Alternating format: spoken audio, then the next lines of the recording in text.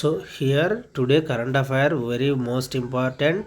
America అధ్యక్షుడు Donald ట్రంప్నకు Israel అత్యున్నత పౌర పురస్కారం సో శాంతి విభాగంలో అందిస్తామని నెతన్యాహు ప్రకటన అంటే అనౌన్స్మెంట్ చేసినారనమాట. అమెరికా అధ్యక్షుడు డొనాల్డ్ ట్రంప్నకు ఇజ్రాయెల్ తమ దేశ అత్యున్నత పౌర పురస్కారంతో సత్కరించనుంది.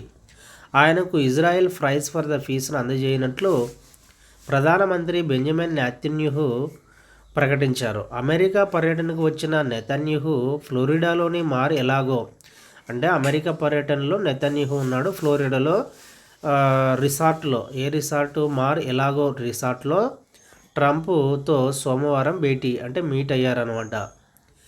గాజా శాంతి ప్రణాళిక రెండో దశ, హామస్ నిరాయుధీకరణ సహా పలు అంశాలపై డిస్కస్ చేశారు. అనంతరం ట్రంప్నకు మీటింగ్ ఓవర్ అయిపోయిన తర్వాత తమ దేశ అత్యున్నత పౌర పురస్కారమైన ఇజ్రాయెల్ ప్రైజ్ను అందిస్తామని వెల్లడించారు, అనౌన్స్మెంట్ చేసినారు. ఇందుకోసం శాంతి విభాగంలో తొలిసారి అవార్డును ఏర్పాటు చేస్తామన్నారు. ఇజ్రాయెల్ యూదుల కోసం చేసిన సేవలకు గుర్తింపుగా ట్రంప్ను ఇలా గౌరవించబోతున్నట్లు తెలిపారు.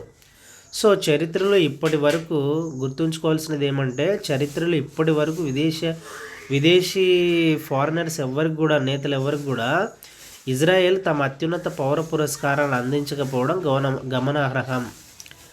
ద్వైపాక్షిక సమావేశానంతరం ట్రంప్ నెతన్యాహు సంయుక్తంగా ఇద్దరు కలిసి విలేకరుల సమావేశంలో మాట్లాడారు. సో ఇజ్రాయెల్ తనకు అవార్డు ప్రకటించడం ఊహించని గౌరవం అని ట్రంప్ పేర్కొన్నారు.